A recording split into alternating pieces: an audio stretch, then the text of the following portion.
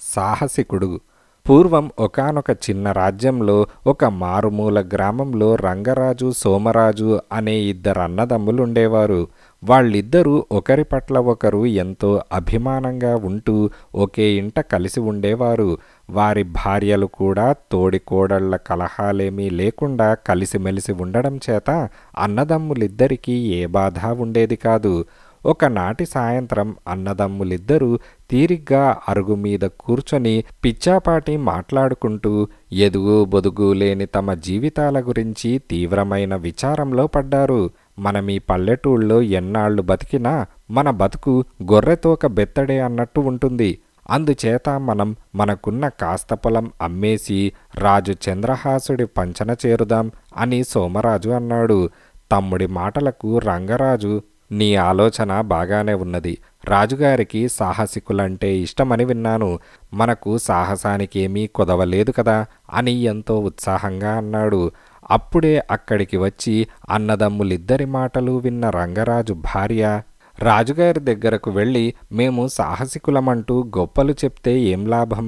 ఏదైనా సాహస కార్యం చేసి వెళ్తే చెప్పుకోవడానికి బాగుంటుంది అని అన్నది. ఆమె మాటలు అన్నదమ్ములిద్దరికీ నచ్చాయి. ఇటీవల 1-2 సార్లు వాళ్ల గ్రామం మీద దాడి చేసి 10 మంది చేరేలోగానే దాపులనున్న చిట్టడవిలోకి పారిపోయిన పెద్ద పులిని చంపాలని నిశ్చయించుకున్నారు. అన్నదమ్ములిద్దరూ ఆ మర్నాటి ఉదయమే ఒకరు కత్తి, ఒకరు ఈట చేతబట్టి చిట్టడవిలోకి వెళ్లారు. వాళ్ల అదృష్టం కొద్దీ పులి ఆ సమయంలో పొదల పక్కన తను చంపిన లేడిని తింటూ కంటబడింది. పులి వాళ్లను చూస్తూనే పెద్దగా గాండ్రించి మీదకు దూకి వస్తున్న సమయంలో ఒకరు ఈటతో దాని గుండెల్లోనూ మరొకరు కత్తితో దాని డొక్కలోనూ బలంగా పొడిచి చంపేశారు. తర్వాత ఇద్దరూ చచ్చిన పులిని మోసుకుంటూ గ్రామంలోకి రాగానే గ్రామస్తులు వాళ్ల చుట్టూ గుమికూడి, ఆహా, ఎంత గొప్ప సాహసం! సాహసికులంటే మీరే అంటూ పొగిడారు. ఆ రకంగా సాహస కార్యం పూర్తి చేసిన అన్నదమ్ములిద్దరూ తమకున్న పొలం అమ్మేసి అవసరమైన సామాన్లు మూటగట్టుకొని బళ్లమీద రాజధాని నగరం చేరి అక్కడ ఒక సత్రంలో దిగారు. 3వ నాడు వాళ్ళు వీరవేషాలు ధరించి పులి చర్మాన్ని తీసుకొని రాజదర్శనానికి బయలుదేరారు. తమ వేషాల్ని, తమ భుజాల మీద ఉన్న పులి చర్మాన్ని చూసి ద్వారపాలకులు తమను సగౌరవంగా రాజుగారి దగ్గరకు తీసుకువెళ్తారని వాళ్ళనుకున్నారు. కానీ ద్వారపాలకులు చెరి 2 రూకలు లంచమిస్తే తప్ప లోపలికి పంపించేది లేదని ఖచ్చితంగా చెప్పేశారు. అంత నిర్భయంగా లంచమడుగుతున్న ద్వారపాలకుల ధోరణి అన్నదమ్ములిద్దరికీ చాలా అసహ్యమనిపించింది. అయినప్పటికీ రాజదర్శనం చేసుకోబోతున్న సంభ్రమంలో వాళ్ళు ద్వారపాలకులకు చెరి 2 రూకలిచ్చేసి లోపలికి అడుగుపెట్టారు. రాజు చంద్రహాసుడు వాళ్ల వీరవేషాలను, పులి చర్మాన్ని చూసి విసుగుపడుతున్నవాడిలా వచ్చిన పని ఏమిటని అడిగాడు. అప్పుడన్నదమ్ములు తాము పులిని ఎందుకు చంపింది, దాన్ని చంపడానికి ఎంత తెగువ, సాహసం ప్రదర్శించింది రాజుకు వివరించారు. రాజు నిరాసక్తిగా, ఈ మాత్రపు ధైర్య సాహసాలు గలవాళ్లు రాజ్యంలో చాలామందే ఉన్నారు. అందరికీ కొలువులో స్థానం కల్పించటం జరగని పని అని అన్నదమ్ములిద్దరికీ చెరొక 500 రూకలు కానుకగా ఇప్పించారు. నిరాశతో తిరిగి వచ్చిన తమ భర్తల్ని చూసి వాళ్ల భార్యలు కూడా దిగులుపడ్డారు.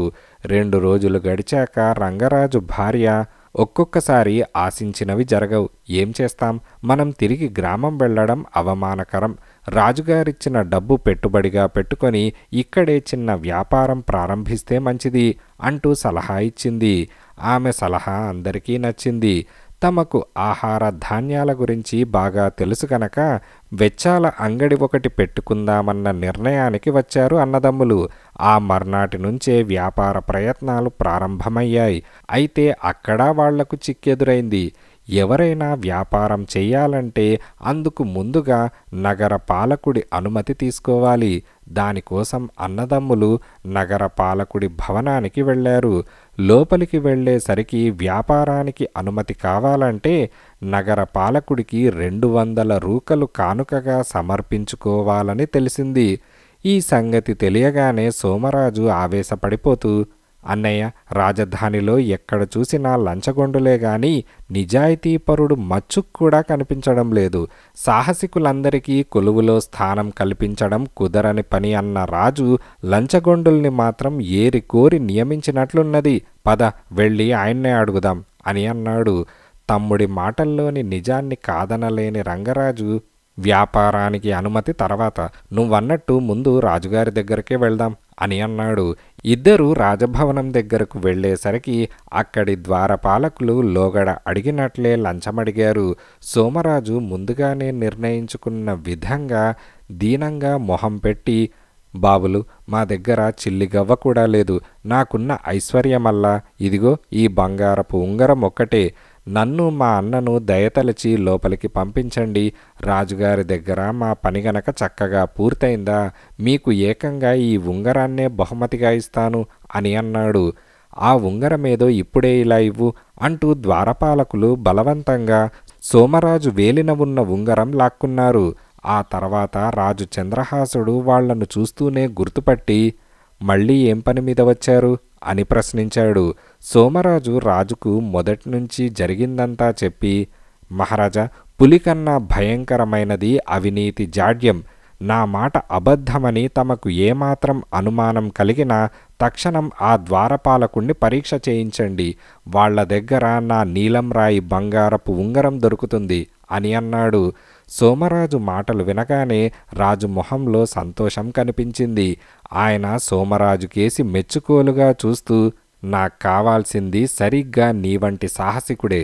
నువ్వు చెప్పినట్టు పులికన్నా భయంకరమైన ఈ అవినీతి జాడ్యం నా కొలువులో చాప కింద నీరులా వ్యాపిస్తున్నదన్న సంగతి నాకు కొద్ది రోజుల క్రితమే తెలిసింది. అయితే కనీసం మరొక 4-5 నిజాయితీ పరులు, సాహసికుల సహకారం లేనిదే నేను దీన్ని నామరూపాలు లేకుండా చేయలేను. రాజ్యంలో పెచ్చుమీరుతున్న ఈ అవినీతిని భరించలేక ఏ ఒక్కడైనా నా దగ్గరకు వచ్చి ఫిర్యాదు చేస్తాడేమో వేచి చూద్దామన్న ఆలోచనతో ఊరుకున్నాను.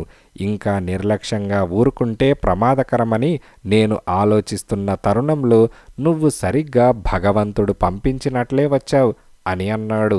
రాజు ఇలా అనగానే సోమరాజు పట్టరాని ఆనందంతో మరొకసారి వినయంగా ఆయనకు వంగి నమస్కరించాడు. రాజు 1-2 క్షణాలు మౌనంగా ఉండి తర్వాత సోమరాజుతో, ఈనాటి నుంచి నువ్వు రాజోద్యోగులందరి మీద పర్యవేక్షణాధికారివి.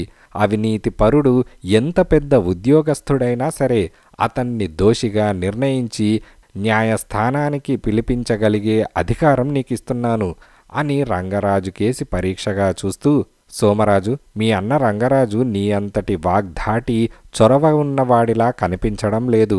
అయినా పులిని వేటాడడంలో, ఇక్కడి లంచగొండుల ఆట కట్టించడంలో నీకు సాటి రాగల సాహసి అని తెలుస్తోంది. అతన్ని కొత్త నగర పాలకుడుగా నియమిస్తున్నాను అని అన్నాడు. ఆ విధంగా రంగరాజు, సోమరాజు రాజాస్థానంలో ఉన్నత పదవులు సంపాదించి కొద్ది కాలంలోనే అవినీతిని, లంచగొండితనాన్ని నిర్మూలించడంలో కృతకృత్యులై రాజుకు ఎంతో అభిమాన పాత్రులయ్యారు.